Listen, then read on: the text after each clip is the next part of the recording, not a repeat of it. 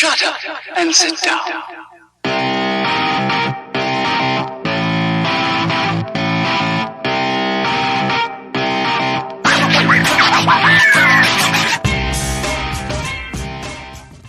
Good morning, afternoon, or evening from wherever you're listening across the world. Welcome to another episode of Just Ball Things.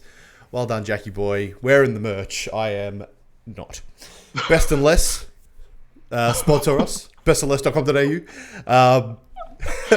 With me today, as always, repping the brand is the J-Man, Jack Manuel. How are you? Yeah, good mate. Nets World, scary hours. Let's do it. Yes, beautiful stuff, Jackie boy. My name's Nick Busink, and mate, I've found new forms of entertainment online, and it's not the entertainment that you think. I know. Wipe that smirk off your face. I'm very late to this party because I researched this, and this website was formed in 2002. Sorry, Nick, 2012. Changing the smutty mind that I have. It's still, you're not really getting there to a more PG version of your content. It is fantastic, and I'm going to link it to you because you can't actually see my screen right now, which is a shame. But I'm going to show the people. I'm going to show the people out there. Hold on. Are you sure you're going to show the people out there? I'm going to show Be careful, Nick. I'm going to show the people out there. So, Jackie boy, I want you to read out what I just sent you. KanyeZone.com. Oh, you're joining the Kanye brand. KanyeZone.com, and it is a little mini game, and I'm just going to play. I'm just going to play it here. Hold on. Let me see if I can. Do this. Oh yeah, here we go. Oh god, what have we got? Is this working? Hello. Who made this? I don't know, but this is new forms of entertainment, and the best part of it, you'll hear it. It's essentially, you just keep Kanye from getting into the zone. He's going to definitely get in his zone. Well, great song, by the way. One of the truly great tracks from What's the Pro. I don't want to sound like Nick. KanyeZone.com. We are not sponsored. But my God, we have about 4 major sponsors of this podcast. Sportsbet.com, you're Best and Less now, and we've got KanyeZone.com. Let's shirt cost me a whole $5. Give me some money. That's right.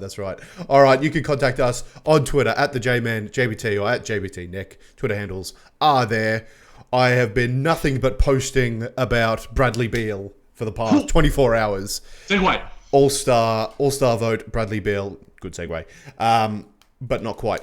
If you're watching us on the YouTube, make sure you hit that notification, hit the subscribe button, hit that notification bell, like, comment, all of that good stuff. Make sure you follow OTG Basketball on Twitter as well as YouTube. Facebook.com/JustBallThings. We are on there, so give us a like and a follow.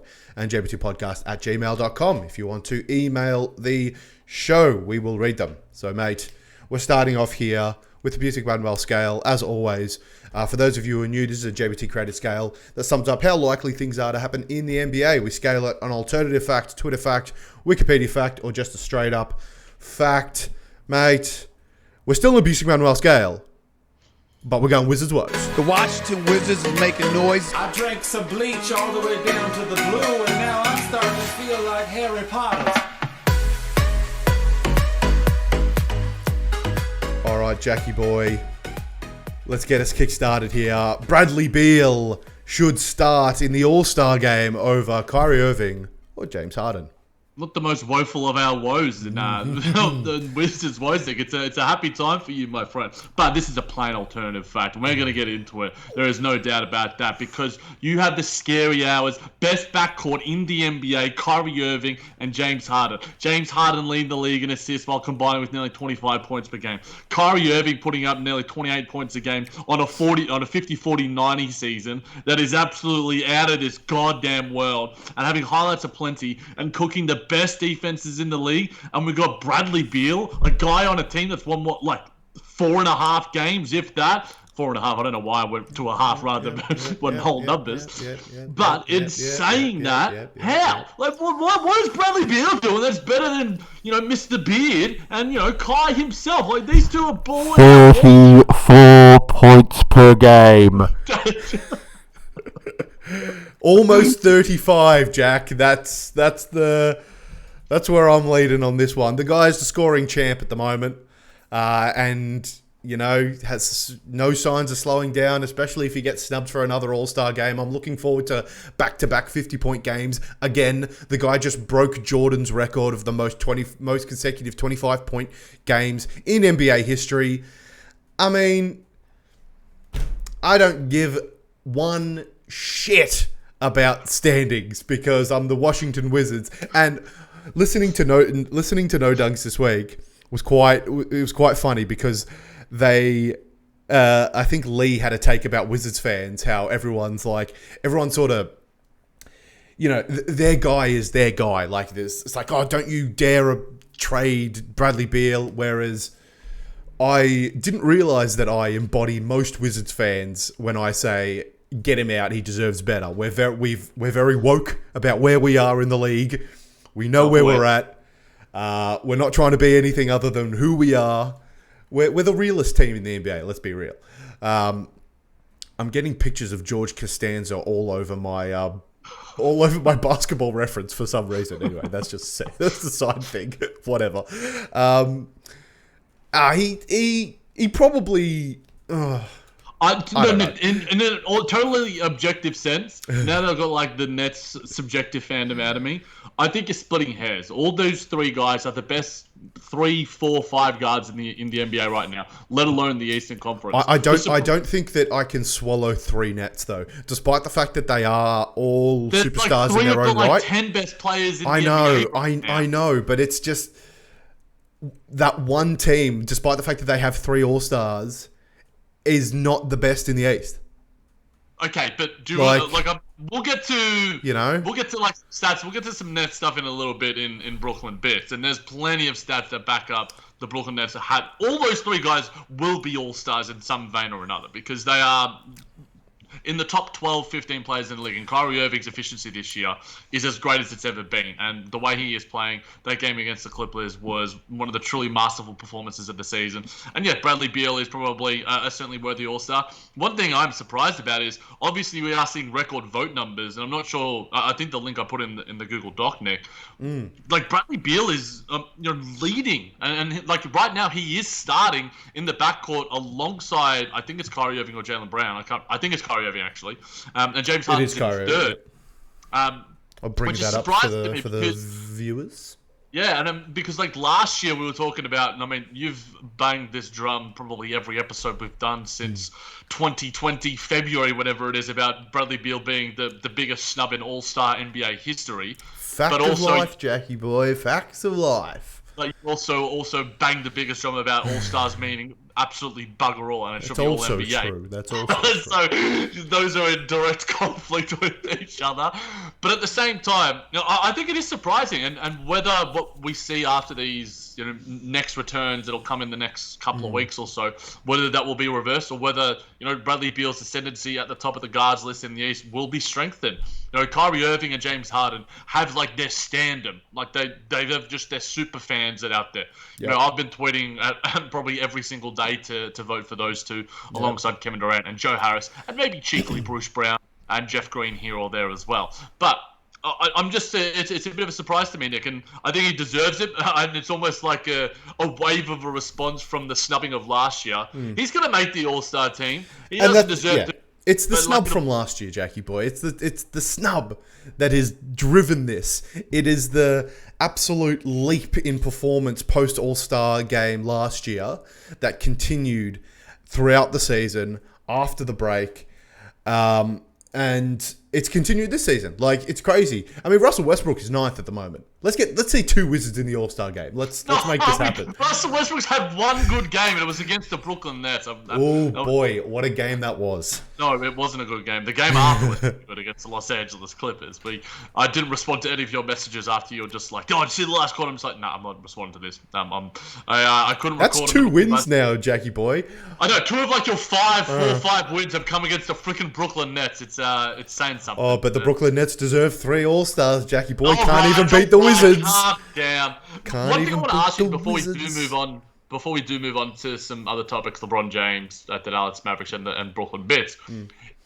would you have Bradley Beal in one of your all NBA teams as of like 25 games right now? Because, obviously the Kyrie Irving, James Harden, Stephen Curry, Luka, if you consider him a guard, Damian Lillard, the guards and the guards are healthy right now. CJ McCollum, if he was healthy, I think would be a near lock to be an all-star in the West. But his injury, prevents him from doing that. But Trae Young obviously will be around that mark. Jaylen Brown, if he's considered a guard, has been tremendous. Well, I think Jaylen Brown is sort of the big one for me, and I was sort of waiting for you to name drop him. And he is a guard.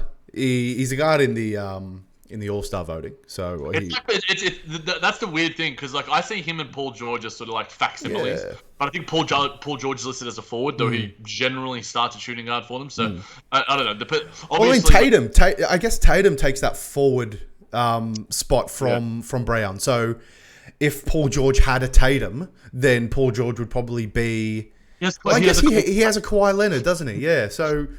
I think that's an excellent point. Yeah. Patrick Beverley and Luke Kennard, I don't know, but like lately, and in the absence of both of those two guys, they've been in and out occasionally. Paul George generally does play the shooting guard, but it's a discussion for another day. Would you have Bradley Beal in one of your 3 All NBA teams as of this point of the season, Nick? Has he been better than these guys? Has he been better than Steph? I don't think he has. No. I think Steph's first or second team. Has he been better than Luka? Now, we'll get to the matches in a little bit. Luka's been pretty great, but you can make an argument that Bradley Beal might be better but they're both on bad teams. I mean, if we're talking counting stats, then I'd say he has. It's just we can't get wins because of our team defense is just horrible. And this is the point, At what point do you stop attributing these losses to Beal? And I don't think, for some people, that's never. For some people, he will never be good enough because he can't get wins on the board. Whereas offense can be a team-oriented thing. Look at Golden State over the past, and it can also be very individual. Also look at Golden State. Or the Brooklyn Nets. Or the Brooklyn Nets, that's right. Or the Washington Wizards. Offense can be a very individual game, but I don't think defense can. Defense is very much a scheme. It's a system, and I think I said this on maybe 2 or 3 podcasts ago. I agree, but I think if there are outliers to that rule. There are good defenders, of course. No, but I think it's basically if you have a superstar defensive center. Rudy Gobert, Joel Embiid are basically the only 2 that come to mind. You have either of those 2 guys in your team, you're going to be a top 10 defense. And you can't really say that for, say, Marcus Smart or Patrick Beverley or those sort of guys. You have to be just like a decent defensive rating team, you have to have, the center. It's the most important. But you can also be a great defense without that. This is sort of what I'm getting at, whereas you can't just be a great offense without offensive tools, but you can be a great defense with effort and a good defensive scheme, with people locked in. Like, that's half of defense. Half of defense is effort. More than half, I would say, is effort. Because you can find Kelly Oubre, for example, went for 40 points yesterday. Like, you can find offense from guys, which is a very individual thing, and that may be because Draymond Green had 15 assists, and that all comes into play. But you can't tie the defensive liabilities and therefore the losses on Bradley Beal, in my opinion. It's just, man, do we hemorrhage points? And it's fun to watch. Mike, not for a Wizards fan. Easy buckets are not fun to watch, but when Bertans is firing, it's great. Would I put him in the All NBA? Probably. He wouldn't be like a first. He may not even be a second team. Yeah, he'd be third team, and maybe we can figure something out. Maybe we can get some more wins on the board. Maybe we can, surprise some people. But this is just classic Wizards underachieving. Same song. We start off so positive. We always end the woes with your woeful tone. So let's get some nice music going. And speaking of defensive liabilities, Brooklyn Bits.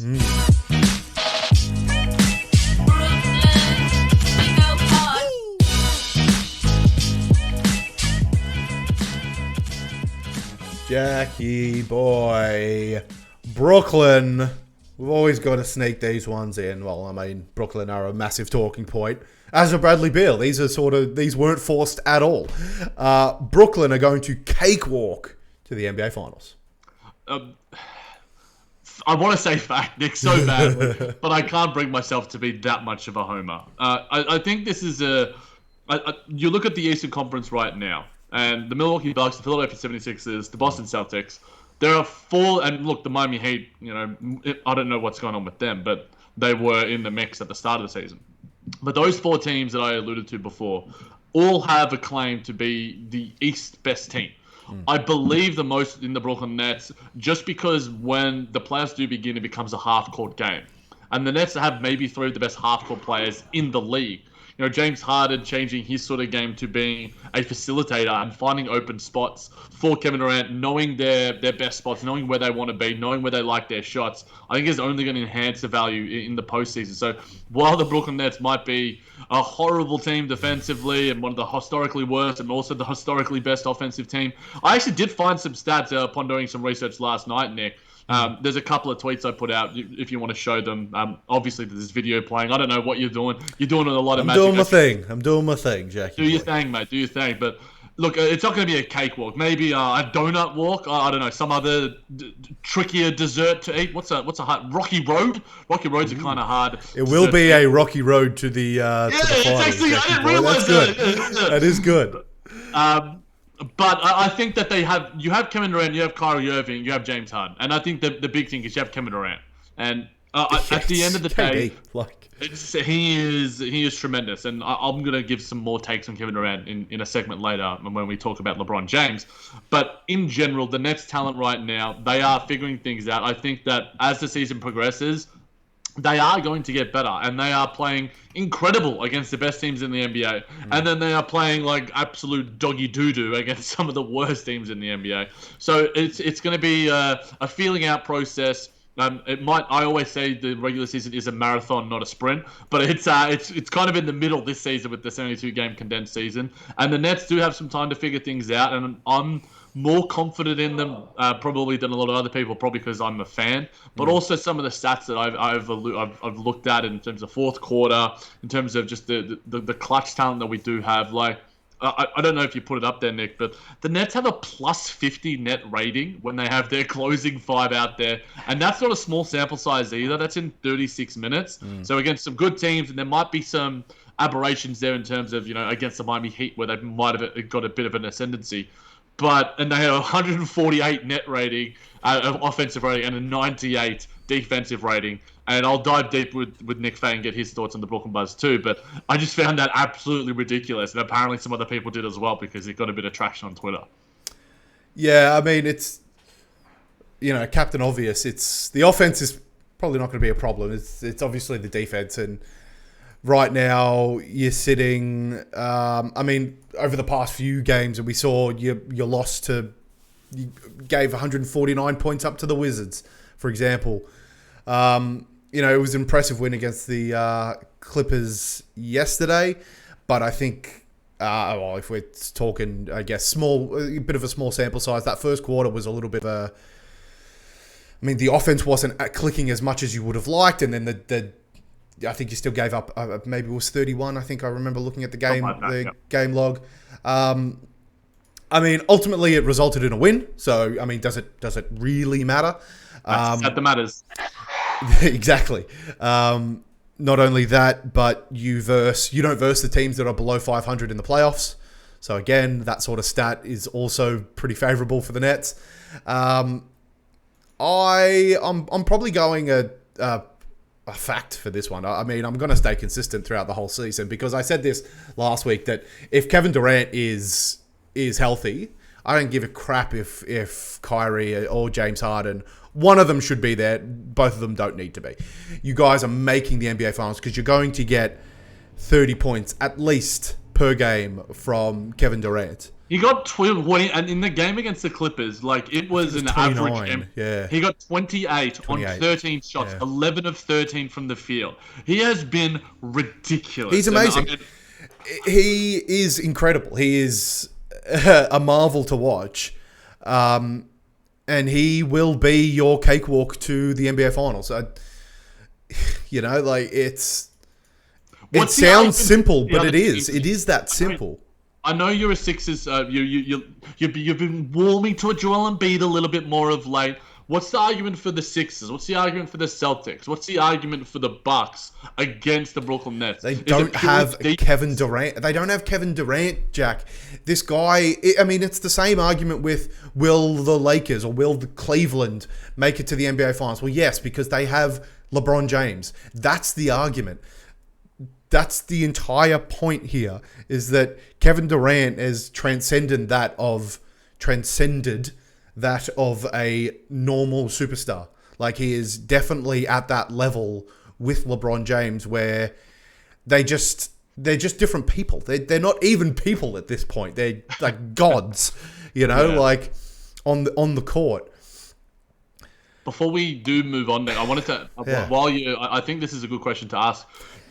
Do you think that any of the teams that I alluded to their superstars get into that stratosphere? Can Joel Embiid elevate into that, at least close to that stratosphere? Can Giannis elevate to that stratosphere? Can the duo, or the really young up-and-coming duo in Tatum and Brown, elevate themselves to at least, comparable into that stratosphere so they can give themselves, I guess, the legitimacy that you think that they need to make the NBA Finals?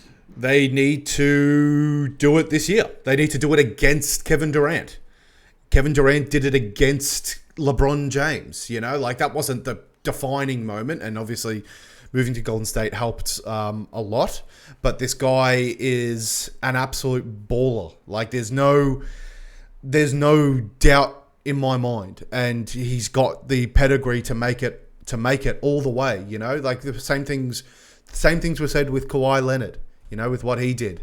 So do you think that there's only 3 guys that are on that stratosphere that you alluded to? Well, Kawhi, LeBron, and really took the hit last year. I think that might have been an aberration. I think that a lot very of true, stuff. very true. But we'll know if it's an aberration this year. Like, even if they get beaten by the Lakers, if it's in the NBA Finals, in conference finals, that'll still be okay, because that is quite a mountain to climb. And if obviously they best them, sure. But if they don't even make it there, if they don't even make it to a LeBron James team, the Clippers should be beating anyone in the West. I don't care who they are playing because of Kawhi Leonard and that sort of level that people hold him to. And that's why it was such a resounding disappointment last year, especially when he played badly. Like, give Paul George as much shit as you want. Kawhi Leonard also had a bad series. So there's that. And with the other guys, with your Joel Embiids, with your Giannis's, this is the year. If they can knock out Kevin Durant before they can even make it to the NBA Finals. If they can make it to the NBA Finals, or they verse a Brooklyn in your first, second rounds. Obviously, it's not going to be the first round, but that'll be the test. That'll be the moment. And if Giannis bows out in the second round to a Brooklyn Nets again, that could be it. Before we get to LeBron James and the Lakers in the MVP race, who do you think has the best chance out of those guys, Nick? I'll give my opinion after you give yours, but I'm curious to hear: is it Giannis? Is it Joel Embiid? Is it the duo in Boston? Is it Jimmy Butler and Bam Adebayo getting things together? Is it Bradley Beal sneaking in there with Russell Westbrook, maybe? Backcourt. We would have to go on quite a run to make the playoffs. I think the closest to that is, in my mind, is Joel Embiid. He's impressed me so much this year. He's been engaged. New coaching, new front office. No, not new front office. Sorry, new coaching sort of staff and arrangement there. And tweaks to the roster have really helped the Sixers. Like, whether it's a placebo effect, it doesn't matter, because the results are there on the court. And I think the lack of change in the Milwaukee Bucks will. We're going to see the same. Holiday. No, as in coaching side. I think we're But going to we see have the seen some same adjustments. thing. I agree. I agree with what you're saying there, but they have had some adjustments in terms of how they're playing, in terms of they're trying switching a little bit more, which obviously predicates better for playoff and postseason basketball. Their offense is now godly. Is But again, Giannis going to play 40 minutes in the playoffs? Is Giannis going to shoot mid-range Or is jumpers? DiVincenzo going to get 36 minutes? Hey, don't know, like- DiVincenzo. like- He's your Italian brethren, mate. And I like him. He's a decent player, but he doesn't deserve equal minutes to Giannis. Not that they play the same position. Bit of a weird comparison, but whatever. The point is that I can see these sort of issues coming up again. I don't think that enough has changed in the Milwaukee franchise to really push them beyond where they finished last season. Whereas the Sixers have made roster and coaching changes, and seemingly for the better. And not only that, but their superstar has gotten better. Yeah. Giannis hasn't gotten worse by any stretch. He's Mr. Consistency over here. But the guy is... I mean, Joel Embiid is in the best form of his career right now, which is very meaningful, provided he can stay healthy. I think that Joel Embiid and the Sixers have the best chance to knock off the Brooklyn Nets. That being said, I still don't think that'll happen. Over 7 games, the quality of, the defense from Brooklyn will make those games closer than they should be, and the series closer than they should be. But I think over the 7 games, you're gonna get, at least you're gonna get Kevin Durant firing every fucking time, and you're going to get help from one of either Joe Harris, and I'm gonna put Joe Harris in that conversation because he has put up a couple of 30-point games recently, or was it one 30-point game that I'm just? Yeah, a couple, and it's some 20s and some 10s. Yeah. Some good games. Help from him. I didn't even speak about Joe Harris. That's right, yeah. Kyrie and obviously Kevin and James Harden. One of those 3 will be putting up at least 30, and then you combine those 3 totals, and you're probably looking at maybe 50 points on a bad game. So if you're getting 30 from them, 50 from those 3, and then obviously your DeAndre Jordans will pitch in here and there, some easy dunker spot buckets. That's the spot, Nick, why I think that the Joel Embiid and the Sixers can exploit the Nets. Yes. Even though the Nets did beat them, and Joel Embiid and Ben Simmons, and they were fully healthy. Well, I mean, Giannis and the Bucks can do that as well. I actually think we saw that DeAndre Jordan against Giannis actually limited him. Every time that he maxed up at him, he averaged only 0.7 points per possession. And whereas I think Joel Embiid is so overwhelming of a force that I think he would just destroy DeAndre. And the Nets can make some additions in the trade deadline and the buyout market. But Nick, we're sort of talking about some MVP candidates. We'll get to LeBron James, and I put to you, the MVP is LeBron James's to lose. This is interesting because the last time we did a show, I think, which was 2 weeks ago, because life gets in the way. I think we said that Joel Embiid was... I think we argued that it's hard to argue against Joel Embiid right now. And the guy's still averaging 29 points per game. Let's not disparage what he is doing. Obviously, career points right now on career efficiencies. Like, the guy is just beasting inside. 85% from the free throw line as well. Shout out to that. The guy has just been the picture of efficiency. But LeBron James, and I don't like to put storyline, but it is an important thing in MVP. The guy is 30 million years old. And it's incredible. He was drafted in 2003, Jack. You know where I was in 2003? I wasn't even in high school. I was in primary school. I was in year 3. I was in grade 3 when LeBron James was drafted to the NBA, and I am 27 years old. Jack, he has been, great. And I know it's not a massive deal for me. I mean, I've been an NBA fan for maybe 6 years now, which isn't a whole lot of time, but he has been there from start, to finish of my NBA fandom for not only me, but you, who's been a fan for a lot longer, and mainly because of LeBron James. You know, I know a lot of people who got into the league because of when he moved to Miami and you know, the things he did Cleveland earlier. He's incredible. And that surely has to play a part. The fact that his stats, his wins, and his contribution must mean more than someone in the prime of their careers. Because surely is he still in the prime of his career, Jack? Like, I mean, I don't know anymore. Dwayne Wade said the other day that he's playing the best basketball of his career. I disagree. I think that he's 2012 or 13, I can't remember the year he won his last MVP. That was the best year of LeBron's career. And you know, the guy's shooting 41% from three, Jack. I mean, yeah, he's doing. He's like, it makes me mad. It makes me so mad. I'm so jealous, Jack. Getting better with age, unlike both of us. Crazy. But in saying that, it's the comparison. I can't remember who mentioned it, but it's like when Michael Jordan came back to the Chicago Bulls and sort of, you know, really showed the physicality and the post game. And I think LeBron James has diversified his game across his career and had an understanding and self-awareness greater than maybe any player. You know, he knew that to get over the hump in Miami, he needed to develop a post game. He needed to develop a mid-range game. He couldn't overwhelm with his physicality like Giannis is trying to do now. He needed to get better as an all-round 3-level scorer. He did that. They won 2 championships in Miami. He won one of the greatest ones ever.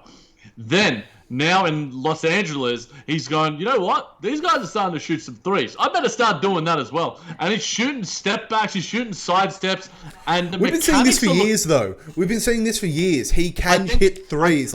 For at least 3 years, Jack, he's been able to hit that three. It's just hasn't been at a good enough clip. I agree.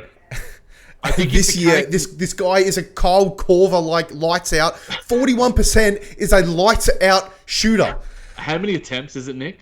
Oh, that's a good question, Jack. It can't be small, just off the eye test. While you look that up, I will say as well, his mechanics and the consistency in his mechanics look really strong. You know, in the shortened off season, what it was like 2 months or whatever, I think that's probably what he was doing. He's like, you know what, I'm good at everything. I thought I need to practice passing or ball handling. 7 attempts per game. That's a lot. That's really solid. That's like Joe Harris level. Well, I was literally typing in Joe Harris right now. How many 3-pointers do you reckon? Come on, Mr. Joe Harris fan. How many 3-pointers does he?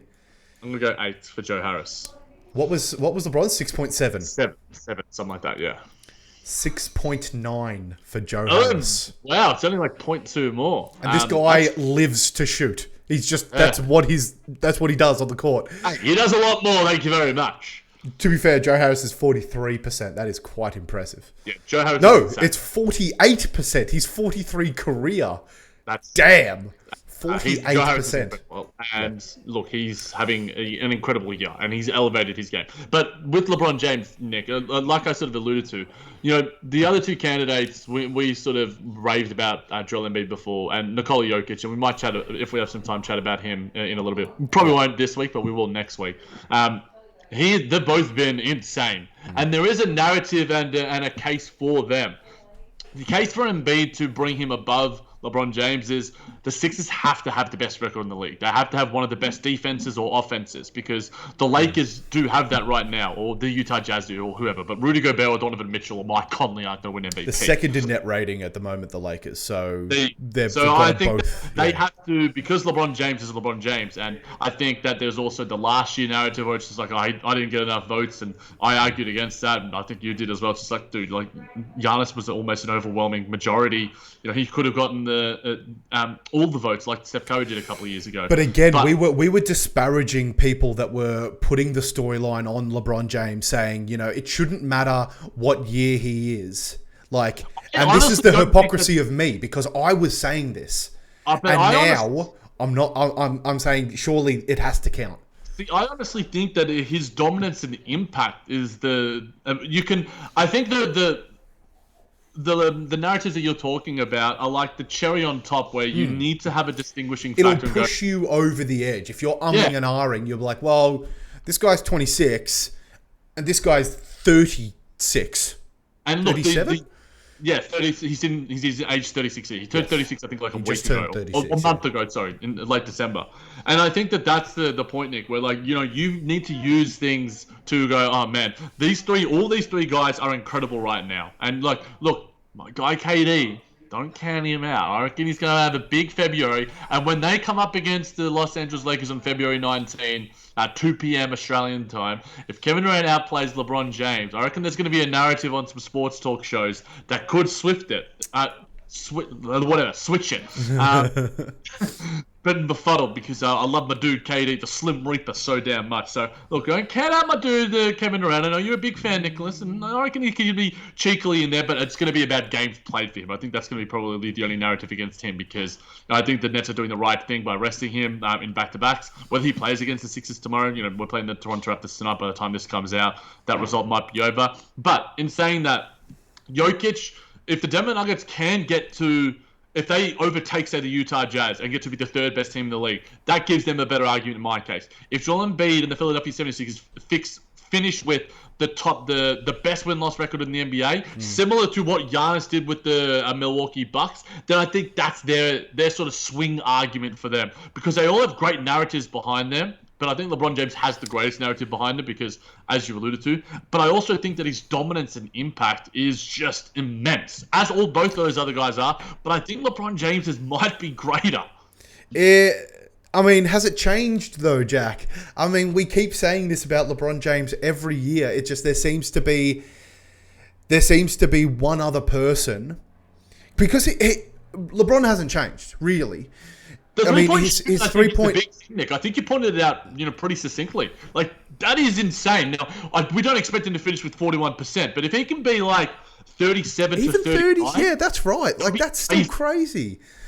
And but to belabor the point, like LeBron James hasn't changed apart from that shot he's hitting at just an increased clip. We saw games from LeBron James last year that saw him shoot maybe 4 of 8 from the 3-point arc. That like those games were not a rarity for LeBron.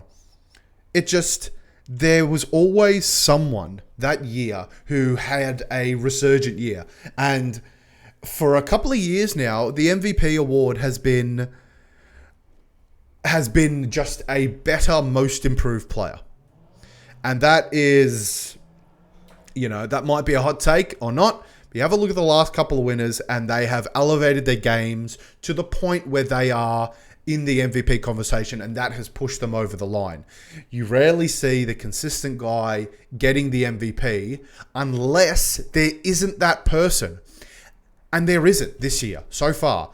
Joel Embiid is on the verge of doing that for sure. He's having his best year, but it hasn't been to the Giannis levels of I think it's close of rise. I don't think it's there yet though.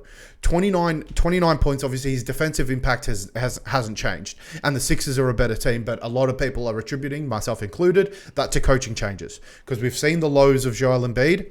Now we're seeing the highs. If that can continue, if they can get more wins and they can get the best record in the East, like you said, and he ends up with even greater than 30 points per game, then the argument will be, well, Joel Embiid has made that step. He is the MVP. He is the best player this year. And if you're counting this year, then yes, probably. You look at counting stats, you look at the win column, and he is beating LeBron James in every facet, just say at the end of the year. But I think the stock for LeBron James is so high because there isn't that guy who, has made that transcendent step, and we're just like, well, LeBron James is always good. Let's give it to him. Whereas, if we're going by this metric every year, then he should have won MVP for the past 5 years. 15, yeah. And so it's always like, oh, well, Steph won MVP, but LeBron James is the best player in the NBA. It's always been that case. Harden won MVP, but LeBron James is the best player. Like Giannis Harden, Westbrook, yeah. Giannis. Yeah. These guys have never once been the best player in the NBA.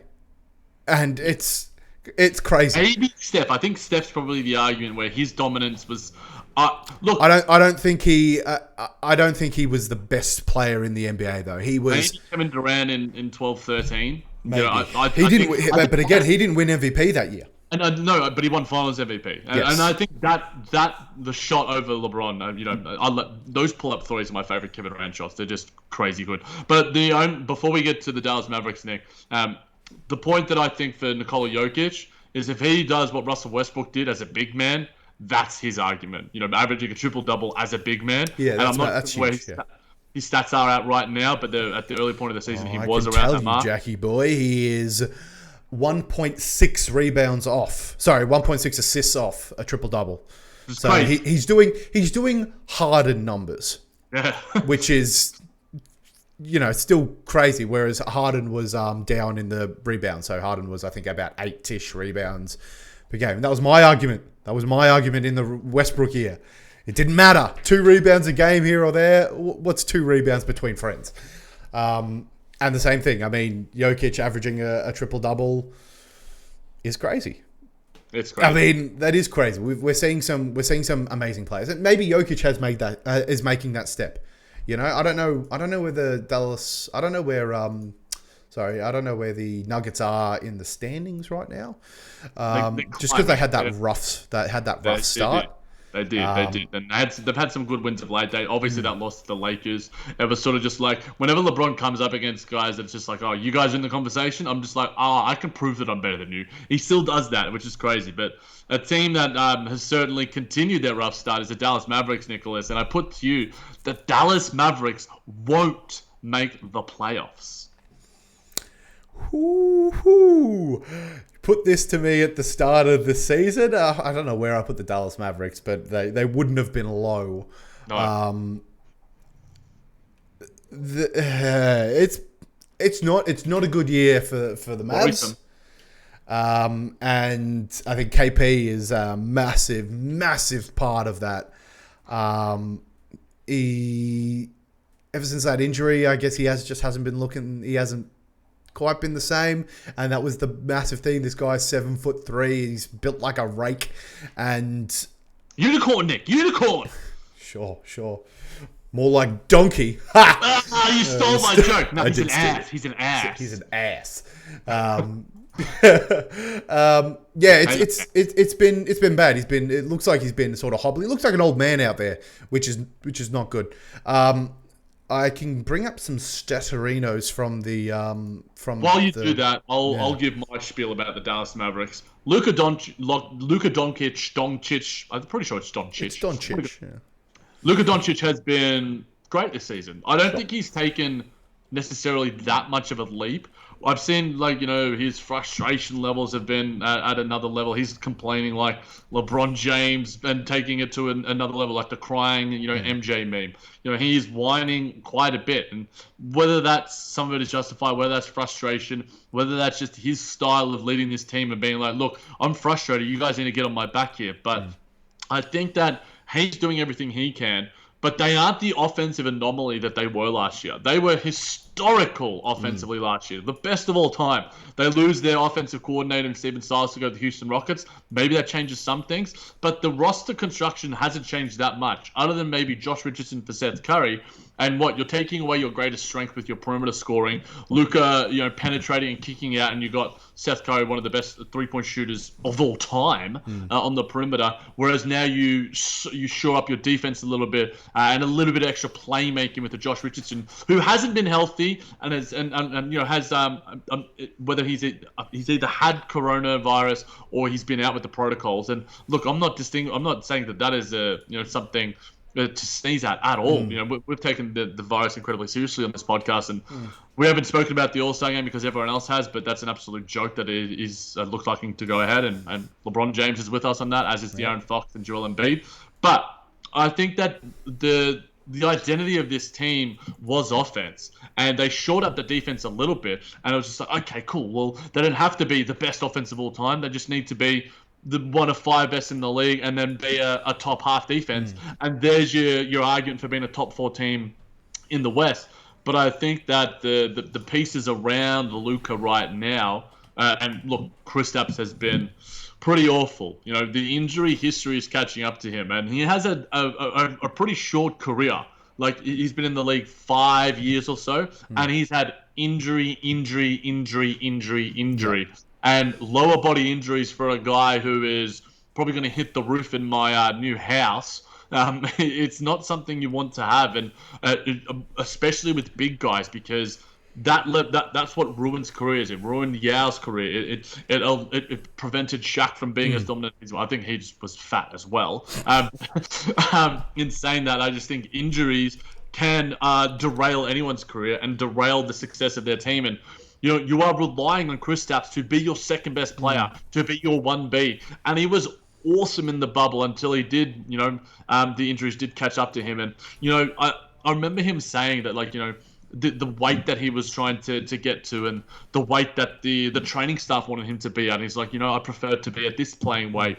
And it's just like, no, we need you to be at this playing weight so you can have greater strength and be more durable. So I think that toing and froing is something that I'm quite interested in. And look, it's something to keep an eye on it, because this is a team we had high expectations of, and they're certainly not meeting them. For sure. I mean, the Mavericks right now 9 and 14, 14th in the West right now, which is lower than I thought. Like, you see 9 wins, 14 losses, granted, but 9 wins, 14th in the West, which is, the West is stacking up pretty nicely. I think because teams like the Thunder have sort of exceeded expectations, Grizzlies, Rockets, for sure. But Doncic has been great, but the Mavericks over the past, like, they've gone 7-1 over their past 8. Sorry, 1-7 over their past 8 games. You want to know who those teams were against? I only just found this out now because I just thought it was interesting. Hold on, where have I gone to? Here we go. And these guys are against Houston, Denver, Utah, Phoenix. They won against Atlanta, and then Golden State. They're all West teams.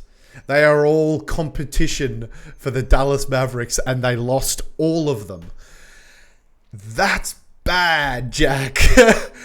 Over that 8-game stretch, they had a defensive rating of 122. Oh my God! The worst net rating in the league over the past 8 games.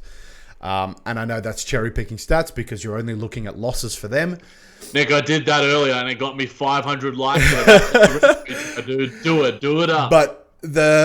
But how they play over these streaks, I think I did this 2 weeks ago with another team. I can't remember. But how they play over these streaks are quite reminiscent of how dominant or lack thereof they have been. And their offense hasn't been bad. They haven't been like atrocious offensively, but giving up 122 points a game across these things, like they lost by 25 to the Rockets.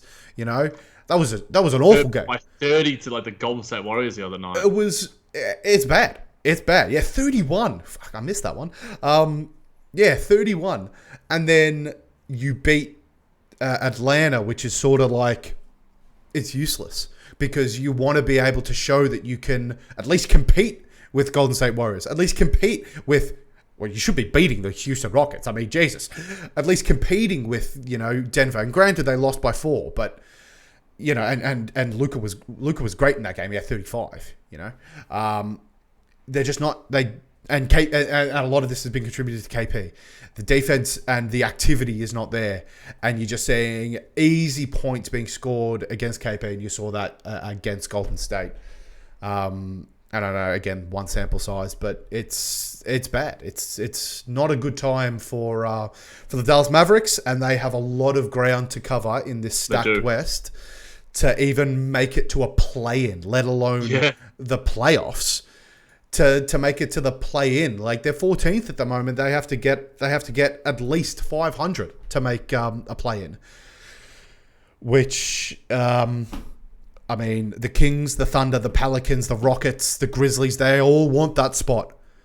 Knicks fans are certainly hoping that they keep losing because they've got their pick right now. That's right. Right now, that's right. It would be pretty likely a top 5 pick in a pretty damn stacked draft, which would be quite funny because like the Knicks have been pretty poor of late, and like their only picks that they've got in the lottery have been like pick 8 or whatever. Yeah. So like their best pick would be from another team. I think that'd just be quite funny. But in saying that, look.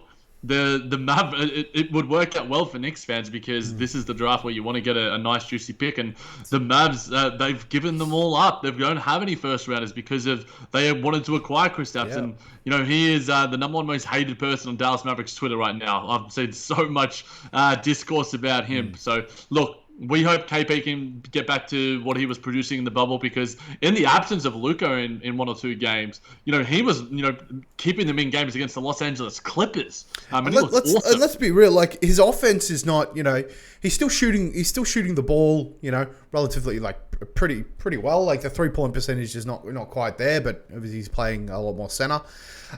He's still averaging 20 points per game, which is in line with his sort of career averages. But he's missing games. He's missed a lot of the games at the start of the season. And he just can't move defensively. And this is like the net doesn't add up, He might be a positive on offense, but he is 2 negatives on defense, right now. And this is something that Rick Carlisle's going to have to sort of figure out. Whether it's making moves in the trade. Again, I'm not too savvy with how the books line up and all that, but they need something to shore up that center spot because KP is just not doing it for him. Yeah, Willie Cauley-Stein, Maxi Kleber, Dwight Powell coming off on Achilles. There's a lot of question marks with their front court, so something to keep an eye on, Nick. But we're done. We are good for this week, my friend. Good stuff, Jackie boy. Love it. We killed it. We've been, we're just killing it. I mean, I stuffed up at the end, but it doesn't matter. Yes, that's right. Just Ball Things. That just about does it. So thank you for listening. You can always catch us on Apple Podcasts if that is how you choose to consume us. On Apple Podcasts, Google Podcasts, Pocket Casts, Player FM, Spreaker, Spotify, wherever it is you listen to your podcast, we will be there. If we're not, let us know. If you're listening to us on Apple, 5 stars. Give us that rating and review. If you're catching us on YouTube, which we all hope you are, because you would have seen Kanye Zone. I mean, that's reason enough. That is reason enough. Make sure you hit that subscribe button, subscribe to OTG, hit the notification bell so that you know that when we create new things, it's usually at the same time every week. We try to keep that consistent on the Sunday or Saturday or Monday it's Sunday in Australia. Google your own time zone. Why do you need to Google your own time? Just living. Well, actually, which is funny because today is Saturday. We are throwing that off. It all matters. Anyway, it doesn't matter. Make sure you hit the like button, comment. We do read the comments. So that is a good way to get to us. DMs, emails, all of that good stuff. So remember, it's you guys that make the show great. So we appreciate any and every post, comment, or email heading our way. So until next week. Keep ballin', superstars.